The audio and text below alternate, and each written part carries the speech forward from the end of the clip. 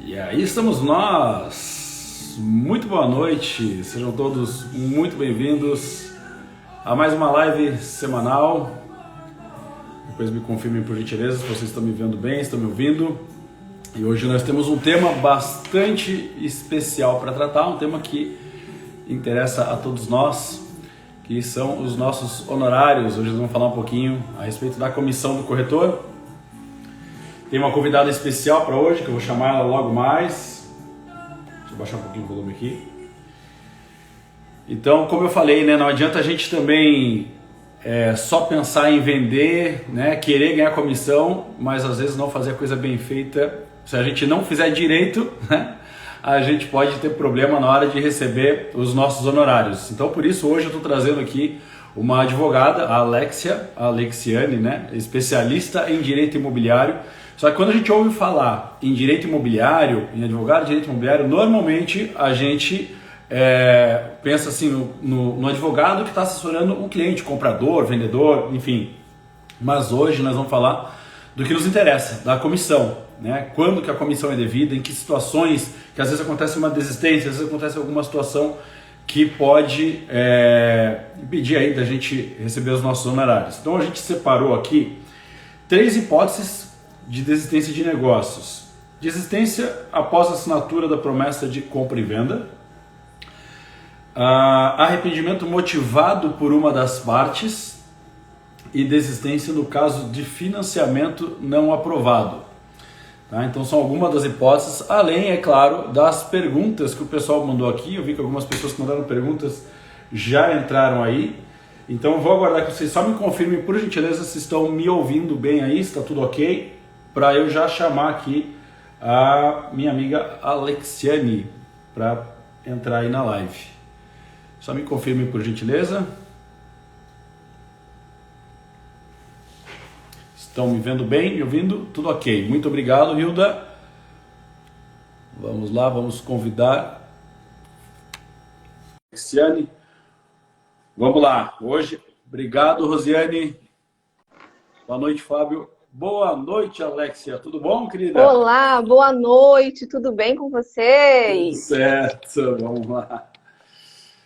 Então, comentando com o pessoal que a gente sempre, quando fala em direito imobiliário, pensa, né, na gente defendendo o cliente, o comprador, o vendedor, né? E hoje a gente quer falar um pouquinho sobre como que o corretor se protege um pouco disso daí, né? Como que o corretor se garante aí para poder preservar os seus honorários, né?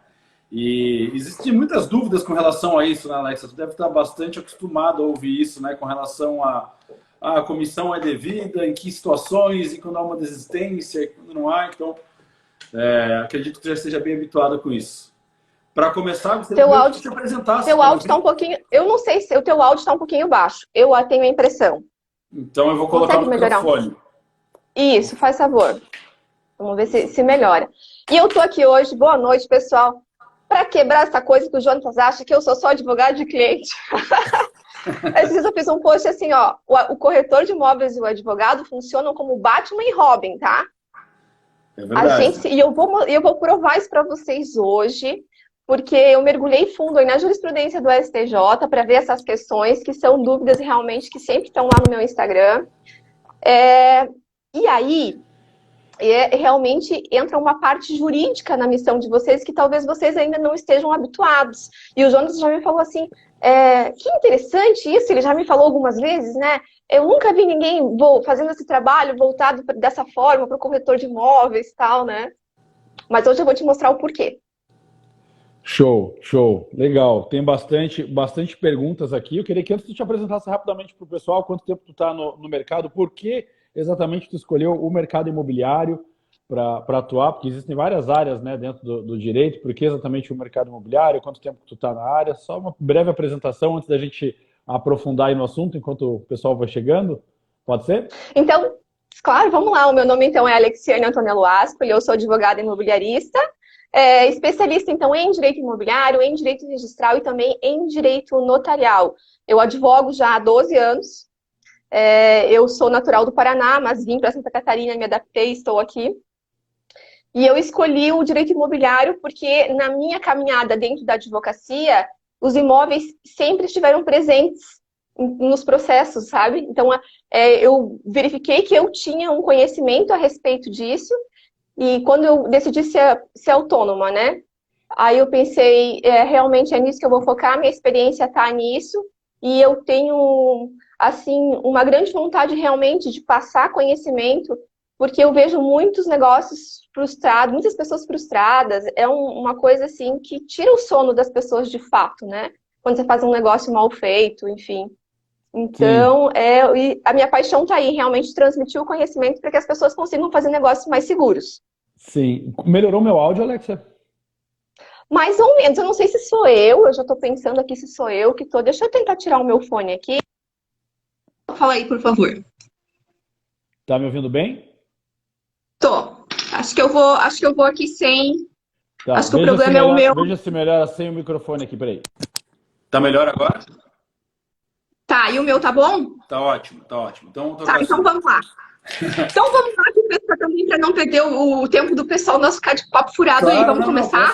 Com certeza. Já vamos pregar fogo já de imediato, né? Porque é aquilo que a gente falou, não adianta a gente fazer todo um trabalho e depois lá na frente dá problema, o corretor acaba ficando sem os honorários. Então eu queria que tu começasse já comentando isso que tu separou ali, Alexia, a respeito dessas hipóteses de desistência do negócio, né? Houve uma desistência. Em que situações aí que a comissão é devida? Tá, nós vamos falar das hipóteses aqui, como já começou ali, da promessa de compra e venda, do arrependimento motivado e do financiamento. E no final, então fiquem aí, que aí eu vou dar as dicas para vocês conseguirem amarrar todas as situações e para receber a comissão.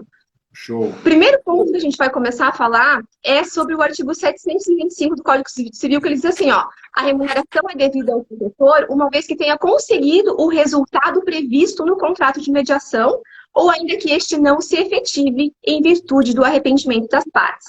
O que aconteceu? Duas corretoras fizeram a venda de um imóvel e quando fizeram a promessa de compra e venda certinho, quando chegou na hora de fazer a escritura, o vendedor não apareceu. Desistiu. Aí elas entraram com uma ação, então, cobrando a comissão, ganharam em primeiro grau, a outra parte recorreu, o tribunal revogou a decisão, disse que estava equivocada a decisão de primeiro grau, porque disse que o negócio precisa alcançar um resultado útil para as partes. E aí elas recorreram para o STJ em Brasília, e no STJ houve essa reversão e elas ganharam. Sob o argumento do quê? Que elas conseguiram aproximar as partes, elas tinham autorização para mediar e, muito importante, elas tinham uma cláusula na promessa de compra e venda dizendo que quem desse causa ao desfazimento pagaria a comissão de corretagem. Então, olha só, aí nesse caso, se fosse até mesmo o comprador que desistisse, você tendo uma cláusula no teu contrato que diga isso, você consegue cobrar a comissão nesse caso. Como elas conseguiram. Desculpa, Alexia, isso no contrato de compra e venda ou na autorização de venda já, no contrato de intermediação imobiliária? Então, a gente vai ter duas situações, né? Quando a gente faz a autorização de venda, você está contratando com o vendedor do imóvel. Certo. Até aí, o comprador, ele não te deve nada. Certo. Não tem como você pedir. A comissão é paga por quem? Geralmente, por quem te contrata. Claro, né? claro. Mas, claro. geralmente, quem te contrata é o vendedor, né? Sim. E aí, como é que você vai fazer, então? Primeira coisa, autorização para mediar é isso. Você vai ter o teu contrato lá como vendedor. Uhum. Show? Uhum. Depois você vai fazer a aproximação das partes. Como nós falamos, a pessoa vai lá ver o imóvel, tenha um termo de visita impresso. Ah, vamos lá comigo, dá uma assinadinha aqui. Se não tiver isso, no mínimo guarde as conversas de WhatsApp, porque isso também é prova. Né? Para você cobrar a comissão, você precisa de 3 requisitos cumulativos. Então, você tem que ter autorização para mediar, você tem que ter essa aproximação das partes comprovada e você tem que fechar com a promessa de compra e venda devidamente assinada, com o consenso das partes. Então, são 3 requisitos que você precisa ter. Você vai ver que você precisa de muito documento, certo? No Código Civil passado, que era de 1916, a corretagem ela não estava explícita lá no código, não estava trabalhada no Código Civil. E aí, antes disso, os tribunais entendiam que precisava realmente do resultado para o corretor ganhar a comissão. O que era o resultado? Escritura pública, registro. Se as partes existissem antes disso, não alcançou o resultado, não era devido à comissão. Aí hoje, com base nesse artigo 725 que eu li aí no começo, houve uma inversão. Não é necessário que se chegue ao momento da escritura pública. Tendo o consenso das partes até a promessa de compra e venda, a partir dali, fechou. Você conseguiu o quê? O resultado da mediação, que é o que está escrito no 725. Se você consegue o resultado previsto no teu contrato de mediação. Então, é muito importante o que você coloca lá no teu contrato, entende? Perfeito, perfeito. Então, essa é uma situação. Mas vamos prestar atenção numa coisa. Em primeiro grau, ela ganhou. Em segundo grau, ela perdeu. Em terceiro grau, ela ganhou. O que a gente tem aí? Insegurança jurídica. Porque cada juiz, em cada tribunal, cada lugar entende de um jeito. Então, esse é mais um motivo para que a gente vá amarrando as coisas, né? Na autorização de venda, na aproximação das partes, no consenso com a promessa de compra. Quanto mais amarrado, melhor, né? Fazer uma boa autorização de venda, pegar a ficha de visita, constar no contrato a intermediação. Quanto mais, melhor, mais segurança, né? Arquivar todas as conversas por e-mail, por WhatsApp, tudo para ter essa garantia, né? Para ter um pouco mais de segurança, né? Documentar tudo, exatamente. Aí até você me falou assim, como que faz aí, por exemplo, se as partes fecham lá, o corretor levou o comprador lá e depois eles foram lá e fecharam, né? Fecharam sozinhos. E também, se você conseguiu documentar pelo menos uma visita, e você tem autorização para mediar, e você documentou a visita, e depois você percebe lá no registro de imóveis que eles fizeram um negócio, você pode cobrar a comissão. E isso está expresso no 727 do Código Civil também. Que ele diz assim, ó, se por não haver prazo determinado, o dono do negócio dispensa o corretor, e o negócio se realiza posteriormente como fruto da sua mediação, porque foi ele que uniu as partes, né? Claro, claro. A corretagem será devida. E não importa se tem contrato de exclusividade ou não. Nesse caso, a comissão é devida porque quem ligou as partes foi o corretor de imóveis. Mas aí você tem que fazer prova. Tu já respondeu a pergunta que eu ia fazer. Eu ia perguntar se precisava de exclusividade. Não precisa, então. Não precisa de exclusividade. Aproximou as partes, você tem isso documentado, tem autorização para mediar, e você tem ali comprovantes da aproximação das partes, depois elas vão lá e fazem o negócio. Até tem uma Micaela que diz para mim, eu sempre fico de olho lá no registro de imóveis para ver se depois eles não fecharam sem eu ver. Fica monitorando, né? Tem que ficar monitorando. Então, isso está lá no 727 do Código Civil. Quem quiser depois dar uma olhadinha, aliás, no Código Civil tem uns 5 ou 6 artigos para vocês, sobre a comissão de corretagem, sobre o trabalho de vocês. Então, esse é um caso, né? Podemos passar para outra situação do arrependimento motivado? Vamos lá, se ninguém tiver pergunta, vamos lá. Se alguém tiver, vai tocando aí.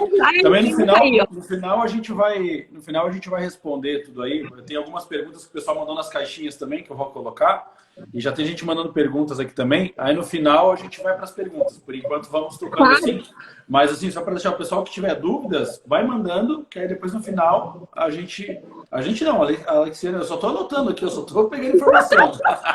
Legal, pessoal, peguem um caderninho aí, porque é bem interessante esse assunto. Eu quero que vocês, a partir de amanhã, vocês comecem a fazer isso. Quem não tem um termo de visita, pelo amor de Deus, arrume um, nem que seja no Google. Né? Mas a partir de amanhã vocês imprimam isso em cada visita que vocês forem fazer. Dá um vestinho aqui, mas para quê? É só para o meu controle, para minha jornada, não sei. Tu arruma uma desculpa aí, mas você vai documentar isso a partir de amanhã. E não vai me pegar imóvel para vender também sem ter uma autorização. Deixa eu só aproveitar um pouquinho, Alexia, que daí já é uma parte que não é tanto do direito, já é a parte mais do jeitinho do corretor, aquela coisa uma coisa que eu sempre fiz nessa hora, é dizer assim, cara, só um controle interno da imobiliária que meu gerente pede aqui para eu ter documentado, enfim, é só para ter um controle do meu trabalho. Às vezes até colocava ali um questionáriozinho, o que você achou do atendimento, o que você achou do imóvel, de 0 a 10, assim, uma coisa, né? Até o cliente até gosta disso, ele sente como um feedback, como, né, ele está avaliando, ele se sente valorizado, né, por isso.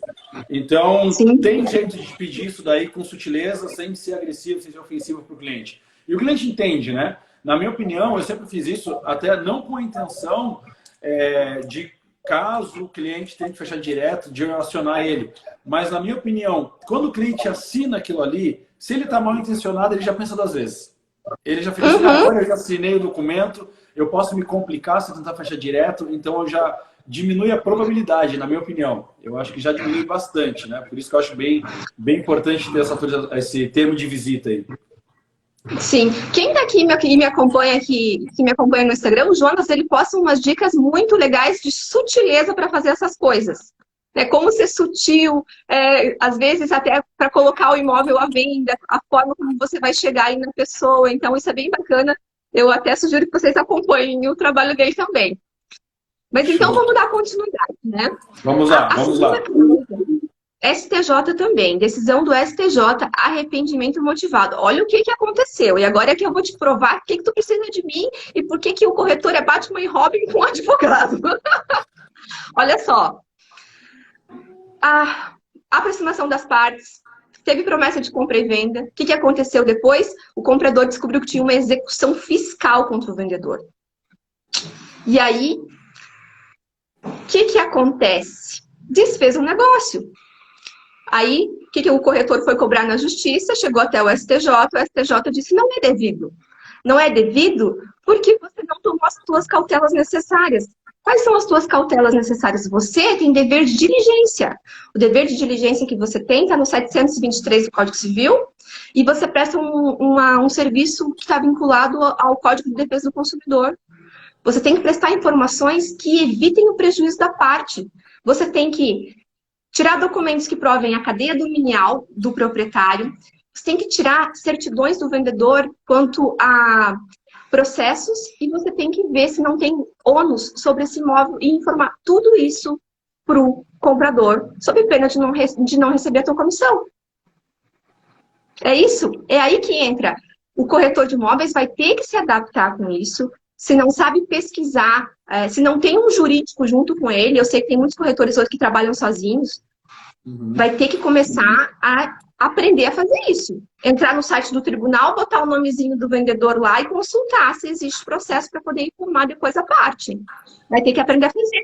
Vai ter que tirar a certidão de protesto. Certidão de protesto hoje é muito fácil de tirar. Existe um cadastro nacional, sem PROT. Você entra lá, coloca o nome da pessoa, aparece, não tem protesto em qualquer lugar do país. Tá?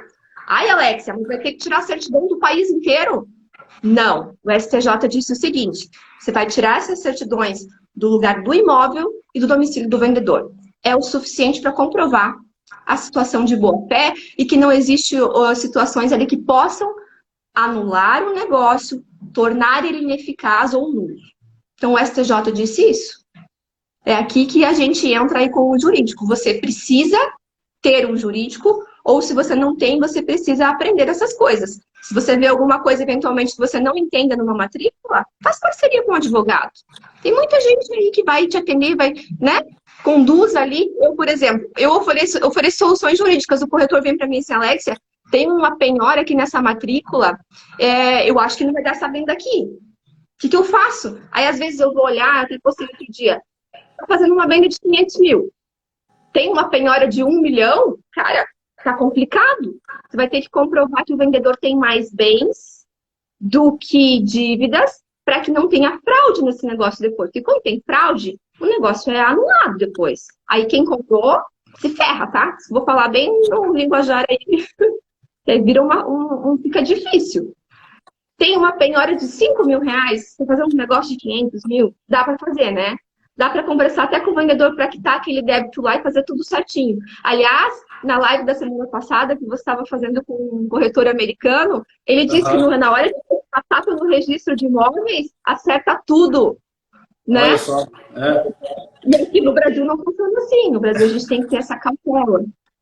Sim, até né? A questão dos prazos, das certidões, todas têm que ter o máximo de cuidado, né, Alexia? Cada uma tem um prazo, assim, até a certidão do Estado Civil tem um prazo X, tem outras que tu tem que tirar até 30 dias, né? Então, às vezes o pessoal pega só a certidão do imóvel e não se preocupa em pegar do cliente, né? Eu digo, cara, pega uma trabalhista. Não, mas o cara não tem empresa. Fala, hoje não tem empresa, mas se ele tinha, tu não sabe, tem uma ação trabalhista lá atrás, isso pode dar um pepino gigante, né? Pode dar um problema muito grande, né? Então, e aí, as certidões são fáceis. A Justiça do Trabalho tem um cadastro nacional de devedores. Você faz tudo no seu computador. Sim. Sabe? Certidão de débito federal também. Põe aí, débito federal CND. Tá no Google, tá na mão. É fácil de fazer. A imensa maioria online é prático de tirar. Sim, imensa maioria. a matrícula, Na imobiliária a gente já tem um protocolo ali com os corretores com os links prontos, né? Fiz um PDF com todos os links para retirar, mas enfim, como a Alexia falou, isso aí a gente consegue buscar no próprio Google e tal. E outra, né? Na minha opinião, principalmente uma corretora autônoma, às vezes não tem toda a estrutura de uma imobiliária, está com alguma dificuldade, cara, faz uma parceria com o advogado. Né? É preferível tu dividir uma parte da tua comissão e garantir um negócio seguro para ti e para as partes envolvidas, né? Do que fazer um negócio no escuro, né? Fazer um negócio correndo risco. Ou perder o negócio. Oi? Ou perder o negócio. Ou perder o negócio. Porque quando a parte não se sente segura, se ela vê alguma coisa ali que ela fica com a pulga atrás da orelha, talvez ela não faça o negócio. E às vezes, se você tem uma orientação jurídica para dar para ela, opa, né, já é diferente. Então, isso é uma coisa que tem que pesar. Então, voltando àquela decisão do STJ, nesse caso aqui, como o corretor não agiu com diligência, com prudência, nesse caso, então, a comissão dele não foi devida, porque a parte não conseguiria alcançar um resultado útil com aquele negócio. Até tem uma outra situação que também caiu no STJ, houve a venda, depois a parte descobriu que o processo, tinha processo de desapropriação do bem. E aí? Né? Como é que você vende, então, um imóvel assim, que daqui a pouco a pessoa vai perder? Ela não fez um negócio para perder, né? Sim. Então, essa cautela jurídica vai ter que entrar na rotina de vocês. De algum Até jeito como vocês falou, vão... até como tu falou, pela questão de segurança, o cliente se sente seguro, né? Quando tu apresenta um monte de negativos para o cliente, ele se sente seguro, ele vê que está fazendo um negócio, uma empresa séria, ele se sente mais seguro para fazer o negócio, né? Ele não fica assim, não tem só a negativa do imóvel, tem todas as certidões ali, com certeza ele se sente bem mais seguro também. Eu fiquei bastante curioso, Alex, como tu falou ali com relação à existência do caso de financiamento não aprovado. Né? Que isso aí é uma situação assim que é a maior briga que existe. Não, a culpa não é minha, a culpa não é tua, né? E aí? Essa é uma situação bem delicada. Essa é uma questão bem delicada e muito me perguntam, até o Fábio, se ele tiver aí, o Fábio do Recife, ele está esperando por essa resposta. E eu vou dizer que eu não tenho uma resposta certa sobre o assunto, porque nem os tribunais têm. É muito dividido. Eu trouxe os dois lados da situação. Existem, então, entendimentos... O que diz o entendimento a favor? Que diz que o corretor desenvolveu o trabalho dele e conseguiu um resultado útil. E que a responsabilidade pelo financiamento é do comprador que assumiu a responsabilidade que ia conseguir lá. Então, se tiver dessa forma, no contrato, que a pessoa colocou lá que a responsabilidade era... mais uma vez o contrato, prestem atenção. Tudo que está no contrato é muito importante. Tudo que se ajusta no contrato é muito importante. Então, se está lá que a pessoa assinou, ela era responsável por conseguir o financiamento, não deu certo, a responsabilidade é dela. Então, esse é um posicionamento. Quem diz isso, o STJ já disse isso uma vez, num caso, o Tribunal do Rio Grande do Sul também, e o TJ de São Paulo, que diz que realmente o corretor, se ele alcança o objetivo ali, ele aproxima as partes, obtém o consenso, em tese, então, seria devido. Mas outros tribunais, e aí realmente não existe consenso, dizem, então, que não é uma questão de arrependimento, mas é um fato alheio à vontade do adquirente, que ele também não queria aquilo. Se ele desse tudo certo, ele também compraria o imóvel se ele conseguisse o financiamento. Então, esse é o outro argumento. Então, que é um fato superveniente e alheio à vontade das partes. E aí, nesse caso, a comissão não é devida. Então, nós temos as duas hipóteses aí. Não existe eu não posso dar uma resposta segura sobre isso. Realmente, a jurisprudência dos tribunais entendem de forma muito variada. Só nesse tema aí, Alexa, já dá para a gente explanar bastante, né? Porque tem situações em que o financiamento ele até é aprovado, porém ele é condicionado, não consegue o valor todo que o cliente podia financiar, que o cliente queria financiar, vamos dizer assim. Sim. Né? Então, às vezes, assim, ele não tem, a renda dele já está comprometida, né? Ele já tem comprometimento de renda, não consegue financiar o tanto que ele precisava e ele não dispõe desse recurso para pagar o resto. Então, não é nenhuma questão de desistência dele. Né? E até uma outra questão que cabe até um questionamento seria, normalmente, a gente faz um contrato particular de promessa de compra e venda antes e depois o cliente assina o contrato de financiamento bancário. Até porque o banco não financia 100%. No contrato de compra e venda, no contrato particular, o cliente já dá uma entrada, alguma coisa assim. Nesse caso, no contrato de promessa particular de compra e venda, já daria para amarrar uma cláusula de honorários prevendo a possibilidade de não aprovação de crédito? É isso que eu te coloquei. Se você coloca lá que a parte se responsabiliza pelo fato de ela não conseguir o crédito, eu acho que por aí dá para tentar. Porque daí ela realmente ela não tem isso. Pois é, difícil é fazer o cliente concordar, né? Igual o Fábio Ele não perguntou, vai e conseguir. perde o sinal. Eu já tive alguns casos aqui, até respondendo isso que o Fábio falou, tá? Eu tive alguns casos aqui, recentes, até um que eu tive recente era de uma casa de um valor alto, e o cliente tinha um medo. O vendedor dizia assim, ó, cara, não tem como eu tirar o meu imóvel de venda sem ter arras, né? Sem ter um sinal a título de arras aqui para me garantir o negócio, né? E o comprador, por sua vez, dizia assim, não tem como eu dar algum valor a título de arras se eu não tenho certeza de que eu vou conseguir a aprovação do financiamento. Então, aquela história, quem veio primeiro, ovo ou galinha, né? Nesse caso, eu consegui contornar da seguinte forma. O comprador, no momento em que ele fez a proposta, falou, eu já tenho crédito pré-aprovado no banco. Eles adoram falar isso, né? Eu já tenho crédito pré-aprovado no banco.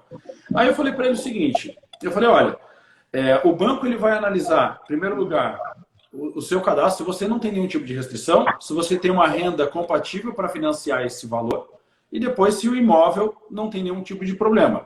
Se você está dizendo que você já tem um crédito pré-aprovado, né, a sua renda comporta esse financiamento, você não tem nenhum tipo de restrição com relação ao financiamento, praticamente certo que da tua parte está ok. Né? Se houver um problema, você parte do imóvel, o imóvel, eu estou pegando todas as negativas, eu sei que está ok. Para encorajar o cliente a assinar esse contrato, porque é realmente difícil, né? É uma situação bem delicada. Agora, mas existem situações também que o corretor ele promete para a parte, não, você vai conseguir o financiamento, já peguei um caso desses, assim, promete que a parte vai conseguir, não, fica tranquilo, tal, e aí depois não dá e o corretor ainda vai querer cobrar a comissão. Poxa, daí é uma sacanagem isso. Aí é sacanagem, aí é perigoso. Daí entra uma fé do corretor, né? Aí tem que sondar bem para ver se realmente o cliente tem essa capacidade, né? Ver se o cliente realmente tem a capacidade de financiamento, se não tem comprometimento de renda, enfim. Mas, como eu falei, isso aqui é um assunto que se a gente entrar aí, a gente vai longe, explanar um monte. Eu vou só... Não sei se tem mais alguma coisa para comentar sobre esse assunto, Alex, que tem bastante perguntas e comentários aqui. Tá, deixa eu só concluir aqui com as questões do... Claro, o que a gente pode fazer, então, para a gente conseguir receber a comissão. De tudo isso que a gente analisou dos julgados do STJ, eu extraí, então, realmente as coisas que estavam entre linhas, assim, para que a gente consiga chegar no judiciário e cobrar se precisar. Então, como eu disse antes, a autorização para mediar tem que ter, a aproximação das partes, ter os termos de visitas assinados ou conversas de WhatsApp e o consenso das partes ali, firmado no compromisso de compra e venda. Não é preciso a escritura estar assinada para que você possa acionar o judiciário se acontecer alguma coisa para você cobrar. Tendo essas três partes de forma cumulativa, você consegue já judicializar. A autorização para mediar, então, é um contrato de honorários que você vai fazer com o vendedor. Ali você vai colocar que ele se responsabiliza pelo pagamento da tua comissão. Em que situações, quando que vai ser pago, qual que é o percentual, deixar tudo isso muito claro. Lembra que nesse ponto aqui, o comprador não tem nenhum vínculo contigo. Quem tem vínculo contigo aqui é o vendedor. O comprador vai ter vínculo contigo lá quando você obtiver o consenso, na promessa de compra e venda. Porque lá, o que a gente extraiu da decisão do STJ que nós falamos? Que tinha uma cláusula no contrato que dizia que quem desse motivo ao desfazimento seria responsável pelo pagamento da comissão. E aí você consegue responsabilizar o comprador se ele desistir. Entendeu? Entendi. Então, essa cláusula que tem que entrar na promessa de compra e venda. E outra coisa que tem que fazer, então, é essa análise dos documentos do imóvel e da pessoa do vendedor. Aonde? No local do imóvel, no local de domicílio do vendedor. Por isso que é importante ter o endereço, comprovante realmente de endereço do vendedor e analisar esses documentos e informar as partes. Se você souber alguma coisa que possa afetar aquele negócio, você informa o comprador. Mesmo você não tendo um contrato com ele, você tem uma relação de consumo com ele. E aí você precisa orientar e dar todas as informações para evitar prejuízos. Então, Alex, deixa eu fazer uma pergunta já. Deixa eu fazer uma pergunta já com base nisso que você falou. Você falou com relação a pegar a certidão do local do imóvel e do domicílio do cliente. Às vezes do domicílio do vendedor. Do vendedor. Não do cliente, do vendedor. Sim, do cliente vendedor. Sim, às vezes esse cliente vendedor ele não é natural da cidade, né? Inclusive tem um macete para tu ver pelo número do CPF, existe um macetezinho que tu consegue identificar o local de nascimento desse cliente, do cliente vendedor no caso, tá? Teve uma palestra que eu fui de direito imobiliário onde o advogado recomendou que pegasse também no local onde a pessoa nasceu, porque às vezes ela podia ter alguma pendência judicial. Por exemplo, eu estou morando em Florianópolis hoje. Vamos supor que até Sim. o ano passado eu morava, que nem aconteceu comigo, eu morava 2 anos atrás, eu morava em Joinville. De repente eu tenho uma pendência judicial lá, né? E se a pessoa pegar só a minha aqui, então é indicado fazer isso, procurar se o cliente veio de outra cidade, pegar dessa outra cidade também ou não há necessidade? É uma cautela a mais. Nas decisões do STJ, se eu não me engano, foi até o ministro Ricardo Vilas Boas que disse não é necessário. Tira do lugar do imóvel e do domicílio do vendedor. Se você quiser fazer isso, é claro que você pode, né? Você está tendo cautela realmente no negócio que você está fazendo, mas não é necessário. Ótimo, ótimo. Muito bem, ótimo. Agora, Então, podemos abrir para as perguntas? Tá, eu vou fazer o seguinte, por ordem, tá? Eu vou começar pelas que estão aqui no chat, depois para as caixinhas de perguntas, tá? Para ficar mais ou menos organizado. Eu vou de trás para frente aqui, vamos lá. Eu vou indo lendo perguntas e dando oi para as pessoas que estão aqui, ó. O Maneco, o Fábio, a Micaela. A Micaela falou, mas dá para saber se o comprador já tem financiamento aprovado antes da proposta da compra? Em alguns casos sim, né? Foi aquilo que eu comentei, quando o cliente já tem vínculo com o banco, alguma coisa, às vezes já tem análise de crédito feita. O Jonathan Santos falou, o contrato de compra e venda e corretagem assinado, 1 mês depois, perto de assinar o financiamento, o comprador decidiu destratar. Foi demitido, ele pagou a multa. Os vendedores não querem me pagar. Vamos lá, eu vou reler com mais calma agora para entender. Sim, eu vi algumas situações dessa de desemprego, a pessoa alegando o desemprego, enfim. E aí vai entrar sempre naquela questão que não existe, no caso de financiamento, nós não temos entendimentos dos tribunais com pacífico. Né? Alguns dizem que acontece a mesma coisa que depois de assinar a promessa de compra e venda. Que se quem dá motivo ali responde. Mas tem mais uma observação que eu vi aqui numa decisão do STJ, que ele disse assim, ó, o ministro Ricardo Vilas Boas, ele disse assim, ó, somente com a análise da situação concreta poderá o julgador concluir pelo cabimento ou não da comissão de corretagem. Então, aqui ele diz uma coisa muito importante, que por mais que a gente faça, eles só vão decidir se você vai ganhar a sua comissão, no caso específico, eles apreciando aquela questão. Então, são levados em consideração vários detalhes, né?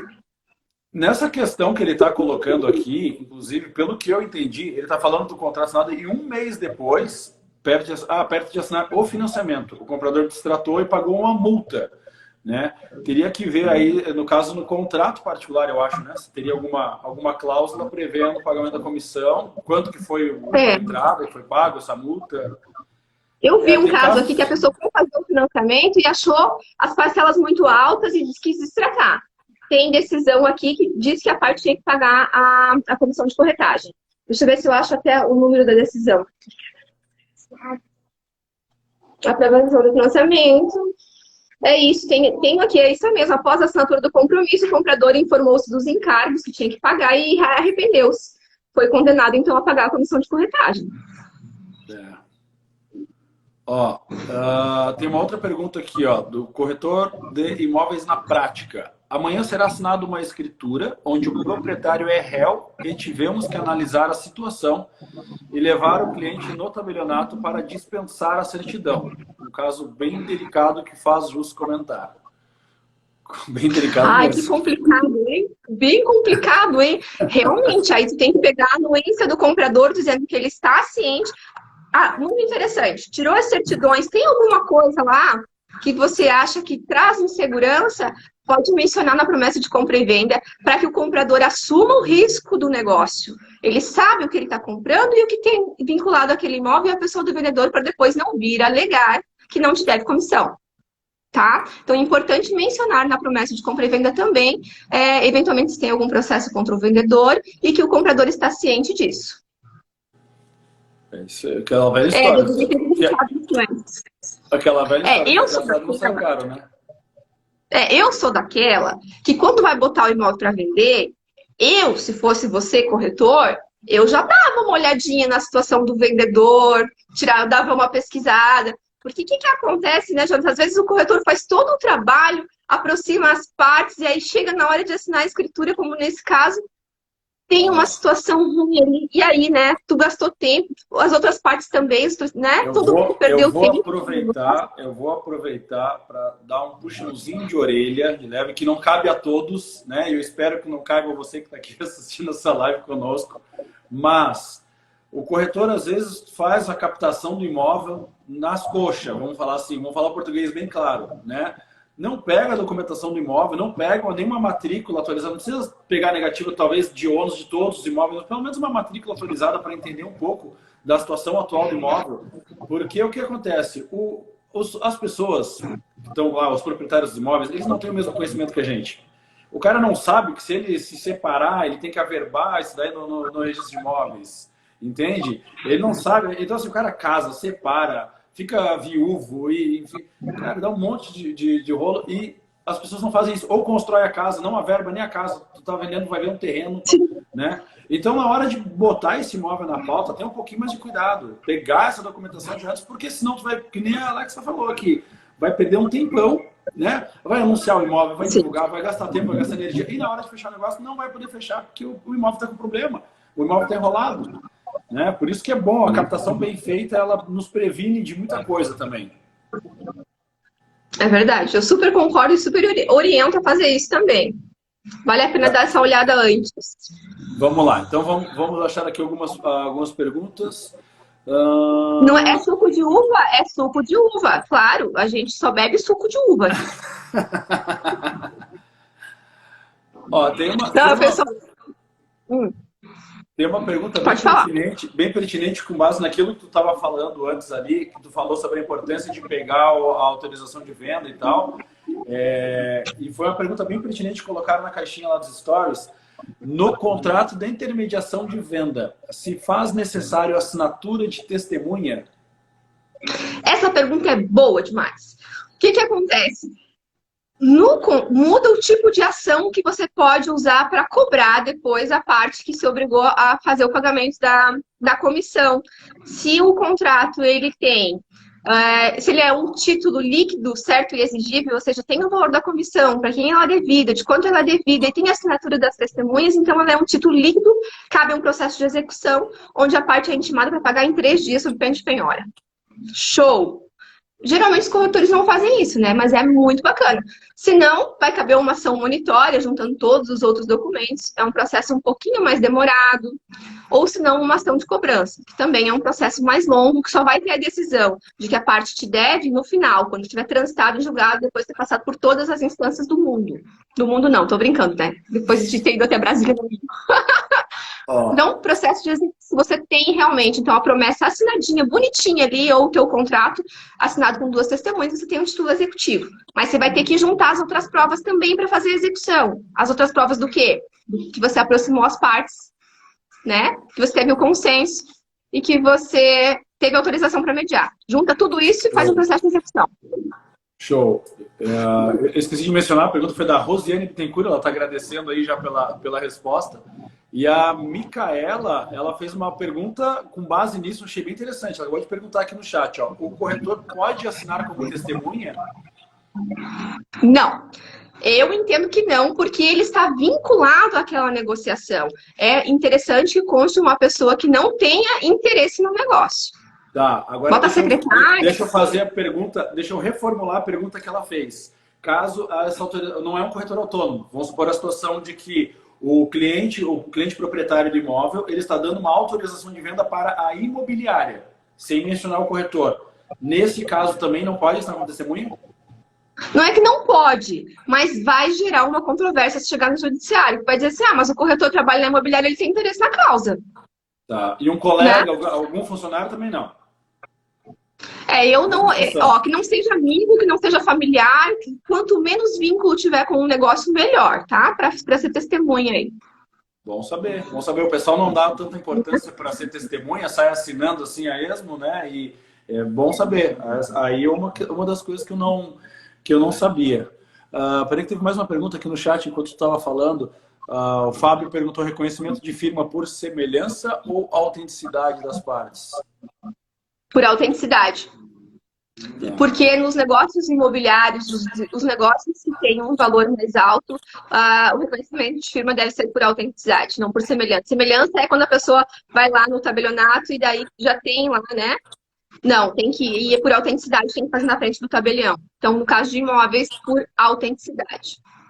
Ó, o Jonathan está dizendo, no contrato de corretagem tem o artigo 725, os vendedores receberam a multa paga pelo distrato, já tinha 1 mês do contrato particular assinado, pelo artigo é devido os honorários, mas os vendedores negam. Aí vai ter que contratar uma advogada, vai ter que contratar uma advogada. Se você tem se você tem toda a documentação do teu trabalho que você fez, autorização para mediar aproximou as partes, promessa de compra e venda assinada, procura um advogado para cobrar a tua comissão. Aí, a Alexia está aí à disposição, louca para cobrar um honorário para vocês. Eu não posso falar isso. A Hilda comentou aqui, ó, faz um trabalho de captação bem feito. E a Hilda, ela fez uma pergunta aqui, na verdade ela fez um caminhão de perguntas, que ela foi dando uma sequência, que a caixinha é pequenininha, Meu né? Deus. Deixa eu ver se eu acho aqui, daí eu quero colocar... Ai, meu Deus, peraí que eu apertei coisa errada aqui. E se um corretor começa um negócio e outro corretor termina, como é que fica? Peraí, deixa eu só aproveitar que a pergunta dela é muito parecida com essa, por isso que eu quero aproveitar para colocar. Só que não está aparecendo aqui na caixinha que foi do Stories que eu tinha feito antes. Do primeira caixinha de pergunta não apareceu, mas eu anotei aqui. Eu vou resumir todas as perguntas numa só aqui, tá? Eu vou resumir assim, ó. O vendedor assinou exclusividade para outro corretor, não avisou antes, nem mostrou documento de exclusividade. Só depois da venda feita, ele veio falar que ia pagar só metade porque já tinha exclusividade. Não sei se tu entendeu. Tu foi lá, tu pegou uma autorização de venda, tu tá vendendo, tu foi lá e vendeu. A corretora foi lá e fez a venda. Na hora de pagar a comissão, o vendedor falou assim, ó, não, mas esse imóvel eu tinha exclusividade. Eu vou te pagar só metade porque eu tinha exclusividade. Ele não avisou antes que tinha exclusividade e também não mostrou nenhum documento de exclusividade. Nesse caso eu acho aí eu acho que tá agindo de má fé. E aí eu acho que é devido porque agiu de má fé e não comunicou, né? Na minha opinião, por exemplo... Na minha opinião, se ele realmente tivesse exclusividade, ele mostraria o documento. Ele mostraria aqui. Sim. Para deixar de pagar metade da comissão, com certeza. Com certeza. Até pelo que ela falou, o outro corretor era compadre, amigo, conhecido dele. Então, eu tenho a impressão também que está agindo de má fé. Sim, parece que sim. Ó, o pessoal Mas no comentário também, ó, o negociação... Anselmo, a Micaela, todo mundo colocando aqui que é má fé. Então, Hilda, chama a Alexia depois aí no privado, já contrata ela, entra com uma ação contra esse cara e diz assim, ó, me dá aqui o meu dinheiro. Não, mas é sério, ó, pessoal, quando começa com um corretor começa a fazer uma venda e termina no outro, sem falar de exclusividade, a comissão ela deve ser dividida meio a meio. Isso está expresso no Código Civil, artigo 728, tá? Se o negócio se concluir com a intermediação de mais de um corretor, a remuneração será paga a todos em partes iguais. Então, tem que dividir. E é importante também... Qual que é o artigo? 727 do Código Civil. 727. Tá, obrigado. Não, pode falar. Eu estou só anotando aqui os artigos, só para estudar depois um pouquinho. Salvo ajuste em contrário, salvo ajuste em contrário entre os corretores, é claro, né? Se os corretores ajustaram de uma forma diferente, mas em regra é isso. Começou com um corretor, terminou com o outro, a comissão é devida, então, em partes iguais. E aí seria interessante também, de segurança para o vendedor agora, tá? Fazer constar lá na promessa de compra e venda quando for assinar, que fazer o comprador declarar que não teve contrato com outro corretor de imóveis. Porque isso dá segurança para o vendedor não ter que pagar comissão para mais de um corretor. Então, é também uma declaração importante de ter na promessa de compra e venda.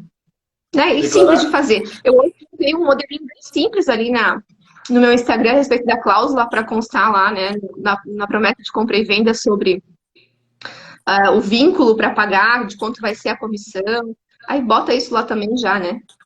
Aliás, o pessoal que me segue aí, que ainda não segue a Alexia, vai lá e dá uma olhada no perfil dela. Tem muito material, muito conteúdo conteúdo dela é riquíssimo, né? E nos previne de muita coisa. Nos previne de muita coisa. Porque às vezes o pessoal não se atenta a esses detalhes, só quer vender e não se atenta a detalhe, faz todo o trabalho e não ganha dinheiro, né? Exatamente, é bem isso, passa, corre, acorda de madruga, faz plantão no final de semana e tal, e aí perde nesses detalhes. Aí não adianta, né, pessoal? Então tem que afiar o machado também, né? É isso aí. Aquela história. Alexia, na hora que você estava falando ali sobre a questão do FIFT, né? Da comissão ser dividida, se tem outro corretor fazendo intermediação também. O Paulo Pinheiro perguntou aqui, ó, mas tem que estar documentado, né? Ou não? No caso, se o outro tem uma autorização de venda e prova que fez a aproximação das partes, já serve como esse documento? A comissão de corretagem, ela pode ser contratada até de forma verbal. Mas é mais difícil depois para você fazer prova disso. Pode fazer prova com testemunha? Pode. Mas é mais complicado. Então, eu sempre oriento realmente que o que você tenha documentado é melhor. Existem outros meios de provas, como a testemunhal. Mas, se tiver documentado, é melhor, em papel, né? Show. Outra pergunta interessante.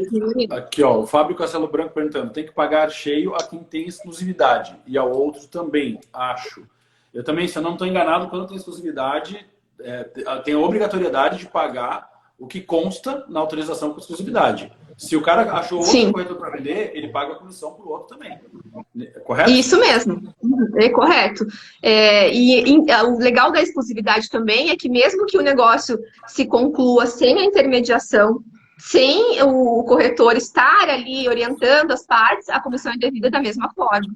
Então, isso é bacana da exclusividade. A não ser que realmente o corretor prove, o comprador e o vendedor provem a inércia total do corretor, no caso. Mas, se não, aconteceu a venda com a exclusividade, a comissão é devida, mesmo que o corretor não esteja ali negociando os detalhes de valores, essas coisas todas. Ó, o Jonathan está perguntando, está dizendo, no artigo 725 tem diferença no entendimento de desistência e arrependimento. Sim, nós falamos aí em cima mais ou menos, né? Naquele caso do financiamento não aprovado, por exemplo, alguns tribunais entenderam que não se trata de arrependimento, mas de desistência imotivada, porque a parte ela queria dar fim àquele contrato, mas não se deu porque trata de um evento futuro e incerto. Então, existe essa diferença aí de desistência e arrependimento. Certo. Né? Muito bom. Pessoal, mais alguma dúvida, mais alguma pergunta? Aproveitem que hoje é de graça. Não, eu tô contente com o pessoal que está aqui na live. Muito obrigada pela participação de vocês, bem bacana. Espero que isso agregue conhecimento, que vocês, como eu disse, a partir de amanhã eu quero ver o pessoal com o termo de saindo para fazer visita, com o termo de visita ali, ó. É isso aí. Né? Pega um bichinho e tal. Olha só que interessante, uma coisa, até aproveitando que tu comentou, Alexia, quando o pessoal, tem muita gente que assiste o replay da live, né? E olha ao vivo quanta oportunidade o pessoal tem de tirar dúvidas na hora. E a Rosiane até fez uma dúvida aqui sensacional, ó. Uma dúvida que ela perguntou, que eu já tinha essa dúvida também, e eu queria questionar contigo. Com a pandemia, ficou difícil de pegar a autorização de venda. Serve a dada via WhatsApp com texto simplesmente? Consigo fazer prova? Com certeza. Dá para fazer prova ali do WhatsApp, dá para fazer até ata notarial. Às vezes tem áudio, alguma coisa, você vai lá, o tabelião, ele reproduz tudo que foi falado, tudo isso você faz um documento e leva para o processo. Então, isso tudo, e-mail, WhatsApp, tudo que tiver eletrônico também serve como prova, tá? Ótimo. Rosiane, até uma dica para você. Uma coisa que eu faço aqui com os corretores, que às vezes tem realmente aquela dificuldade de pegar a assinatura do cliente e tal, no documento. Eu já criei um texto mais ou menos pronto, né, onde o cliente só preenche os dados dele. Eu, fulano de tal, CPF tal, autorizo a imobiliária tal, a fazer intermediação da venda, fulano de tal. Aquele texto que consta já na autorização de venda, eu já deixo ele pronto para o corretor disparar para o WhatsApp, o cliente só preenche com os dados dele. Então isso facilita bastante também. Tá? Por e-mail a gente já fazia antes, né? Agora com o WhatsApp ficou mais prático até. Show de bola. Ó, o Felipe Rosa dizendo que está fazendo isso também. Ó. Muito bom. Mais alguma pergunta, pessoal? Dúvidas? Aproveite, Hoje a aproveite. gente vai poder. Hoje, Jonas, vamos fazer uma pose do pessoal fazer, né? Botar a gente lá, ó, no Instagram, né? Ó, vamos lá, Isso aí. pessoal. 1, 2, 3, já. Ó, eu com a caneta toda quebrada aqui atrás, Ó, para o pessoal bater foto, não vale, né? dá um print aí, fala que você assistiu a gente, que teve dicas muito legais aí, compartilha. Porque, assim, é sério, a gente está falando de segurança de negócios com imóveis que afetam as pessoas. Vocês não têm noção do que chega para mim de gente que não dorme. De gente, assim, ó, que perde o sono de verdade por negócio mal feito. E eu me envolvo muito com isso. Então, vamos tentar fazer as coisas mais certinhas, né? Vamos, é como aquele negócio, vamos dar um resultado legal para o cliente, né? Que ele vai ter um imóvel que ele vai desfrutar com tranquilidade. Daqui a pouco, já pensou, amanhã chega um negócio lá, o teu imóvel está indo para leilão. Poxa, como assim? Isso acontece. Então, por Sim, favor, né? Vamos sim. tentar aí para fazer negócios seguros. Eu digo assim, ó, o corretor, ele é o intermediador de sonhos, Jonatas. Porque é ele que está ali entre a propriedade, o bem imóvel, até eu vi hoje de manhã, o mago do imobiliário falando, ele é o patrimônio de maior valor da pessoa. A vida dela acontece dentro do imóvel, né? Então, gente, vocês estão lidando com uma coisa que é o maior bem que a pessoa quer ter na vida dela, é um imóvel para ela ter os momentos com a família, com os amigos, para desfrutar. Então, vamos fazer um negócio que seja bacana. Eu até comentei esses dias com o pessoal ali na reunião ali de equipe, dizendo o seguinte: a gente está acostumado com isso, isso é o nosso dia a dia. Mas para o cliente, muitas das vezes, aquele vai ser o único imóvel que ele vai comprar na vida dele. Né? É difícil a pessoa que compra 4, 5 imóveis. Né? Geralmente a pessoa compra um único imóvel, às vezes 2, no máximo 3. Né? Então é um momento muito importante, é uma decisão muito importante para o cliente. Né? Ele quer ter toda a segurança. E qualquer dor de cabeça, qualquer inconveniente fica desagradável. Né? Fica desagradável para o cliente. Não só desagradável, às vezes pode ser bem complicado. Né? Às vezes o cliente pode se complicar bastante com isso. Então é por isso que eu insisto bastante na questão de que dá um pouquinho de trabalho, mas fazer uma autorização de venda bem feita, pegar a documentação correta e, como a Alexa explicou aí, pegar todas as negativas do vendedor, do imóvel, pegar tudo certinho, apresentar isso daí para o comprador, ele vai se sentir mais seguro, vai fazer o negócio mais tranquilo, né? E assim fica bom para todos, né? Vocês ganham comissão, tá tudo certo. Teve um caso que eu estou auxiliando, que a pessoa que está vendendo o imóvel, ela era sócia de umas 10 empresas, mais ou menos.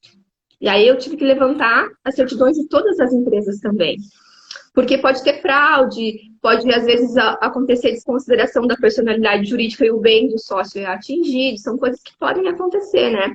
E aí estava difícil, o corretor, ele não queria se indispor com o cliente dele. A minha cliente falou assim, mas eu preciso, pelo menos que você me informe aí os CNPJs das empresas e tal. Não, a corretora disse assim, eu não vou pedir isso para o meu cliente, porque eu conheço ele, eu sei que ele tem, que eles são de família, não sei o quê, que eles não vão dar o golpe em ninguém. E aí a minha cliente falou assim, tá, mas então deixa eu conversar com ele diretamente. Daí conseguiu o contato da pessoa, eles conversaram e se acertaram. Então, o corretor, ele não pode travar a relação entre o comprador e o vendedor também. Ela já estava tranquila que ela estava intermediando, sabe? Sim, Então, sim.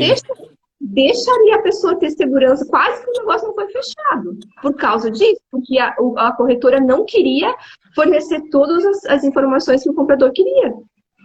Sim. Né? Então, você vai ter que chegar num momento, talvez seja difícil de você explicar para o teu cliente, para o vendedor, que você precisa, mas por que você precisa de tanta informação? Você vai dizer, porque hoje as coisas estão mais complicadas, existem várias situações de golpe, as pessoas estão se precavendo, e se está caindo no judiciário, está um pouco mais complicado. As pessoas conseguem anular negócios, enfim, né? E tem pessoas que realmente, né, são mais metódicos, assim, que exigem bastante coisa. O Gustavo comentando, daí o corretor estava sendo irresponsável. Até de certa forma, sim. Né? De certa forma, não diria irresponsável, mas um pouco negligente, talvez, né? Falta tudo. Exatamente. O STJ disse, inclusive, está num artigo aqui do Código Civil, que, inclusive, caberá indenização por perdas e danos contra o corretor que não prestou as informações. O negócio deu errado, vai sobrar para ti. tá? Se a pessoa estiver bem informada, ela vai ajuizar uma ação contra você para cobrar todos os prejuízos que ela teve por causa do negócio mal feito. Isso aqui tá, inclusive, no 723, tá? O corretor é obrigado a executar a mediação com diligência e prudência e a prestar ao cliente espontaneamente todas as informações sobre o andamento do negócio. Parágrafo único. Sob pena de responder por perdas e danos, o corretor prestará ao cliente, então, todos os esclarecimentos acerca da segurança ou do risco do negócio, alterações de valores e outros fatores que possam influir na negociação. Então, tá na lei, né? Tem que fazer isso, então, sob pena de responder. Não, sob pena de responder. Faço tudo para ganhar a comissão, vou vender, não tira certidões, tal, acontece algum problema, depois vai sobrar para ti, vai custar caro. Às vezes o corretor fica tão afobado para fazer a venda que não para pensar que pode se ferrar de não usar trabalho bem feito. É bem isso mesmo. É bem isso mesmo. Que eu falei. Tem uma coisa que tu comentou aí, Alexa, no meio dessa história, que me chamou a atenção, me despertou, que tu falou assim, quando o corretor diz assim, não, mas eu conheço eles, eu conheço a família, essa pessoa... Gente, pelo amor de Deus, cuidado com esse eu conheço, que são pessoas de bem. Cara, quem vê cara não vê coração. Né? Tu não sabe o histórico, não vem por essa. A única vez de toda a minha vida, graças a Deus, uma única vez que eu precisei testemunhar, que deu confusão, que um entrou em uma ação contra o outro, foi por causa de uma parceria que eu fiz com um corretor que eu não conhecia.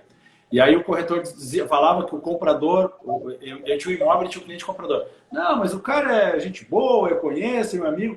E aí ele queria ele disse, me presta a chave para eu tirar medida lá dos móveis. Eu falei, não, acompanha eles para eles tirar a medida. Os caras não mudaram o segredo e entraram no apartamento antes da posse. Invadiram o apartamento. Aí tu pensa, né? Então, assim, tomem cuidado, tá? Tomem cuidado com eu conheço o cara é gente boa. Todo mundo é gente boa, até que você prova o contrário, né?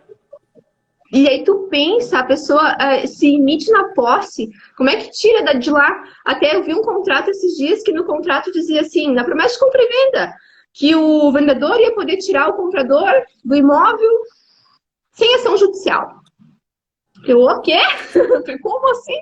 Não pode, né, gente? Você não vai fazer o quê? Você vai lá botar as coisas da pessoa na rua? Não dá indenização por dano moral? Você vai ter que ajuizar, vai ter que contratar um advogado, ajuizar para conseguir tirar a pessoa inadimplente de dentro do imóvel. E aí... Igual o Gustavo comentou aqui, ó, só se conhece quando envolve dinheiro. É bem isso mesmo. É bem isso mesmo. O Felipe está perguntando aqui, ó, fiz uma venda que contrato assinado, inclusive contrato de financiamento na Caixa, taxas pagas e depois disso a Caixa não queria liberar o crédito para o comprador, porque o vendedor tinha provavelmente tinha alguma pendência, alguma coisa assim. Ali cortou, não apareceu tudo. Então, às vezes pode acontecer do cara ter alguma pendência, sei lá, o cara tem uma ação, alguma coisa assim, e lá na frente esbarra. Lá na frente pode ter problema, né? Por isso que é importante pegar tudo que puder pegar de documentação, o máximo possível, é extremamente importante. Extremamente importante. Mais alguma dúvida, pessoal? Também eu nem sei que horas são. Vai dar o nosso tempo, vai cair a nossa live em 2 minutos. Ele falou que o comprador tinha um processo contra a Caixa. Aí não tem como mesmo, cara. Não, daí não. Não, o cara vai financiar pela Caixa, tem um processo, não vai dar, né, amigo? Desculpa. Pô, cara, corajoso. Isso aí foi corajoso também, tentar financiamento na Caixa, tendo um processo contra a Caixa, né? Não dá, olha só, nossa live vai cair em 2 minutos. Se você quiser salvar, a gente tem que concluir, hein? Tá, eu vou salvar. Antes de mais nada, quero agradecer a todos que estão presentes aqui, comentando, compartilhando, né? E fazendo suas perguntas. Agradecer especialmente a ti, Alexa, por trazer esse conteúdo riquíssimo para nós, muito valioso. Foi bem legal. Né? Mais uma vez, o pessoal que não segue a Alexia ainda, que me acompanha, dá uma olhada lá no perfil dela. Tem muito conteúdo bom pra gente, conteúdo riquíssimo, tá? Dê uma olhada lá, já sigam ela, acompanhem o conteúdo dela. Alexa, tuas considerações finais, deixar o pessoal bater fotinho para postar no Stories, marcar a gente também e faz até pose. Suas considerações finais para a gente finalizar aqui. As minhas considerações finais são: documente tudo, aproxime as partes com documento, faça a visita com documento, compromisso de compra e venda, coloque aquelas cláusulas lá que eu falei para você sobre se houver arrependimento, desfazimento, a pessoa assume a responsabilidade pelo pagamento da comissão. Então, documenta tudo, faça tudo certinho, tira as certidões aí do vendedor antes de fazer o negócio, que vai dar tudo certo. Foi muito legal, agradeço muito pelo convite, Jonas, foi bem bacana prestar esses esclarecimentos aqui, a minha filhotinha está aqui. E eu desejo a todos vocês uma boa noite, obrigada pela presença de todos, e a gente se vê aí, quem sabe, em breve. Show de bola. Muitíssimo obrigado. Valeu, pessoal. Tchau, Boa pessoal. noite, um bom descanso para vocês. Até mais. Tchau, tchau. Tchau, tchau.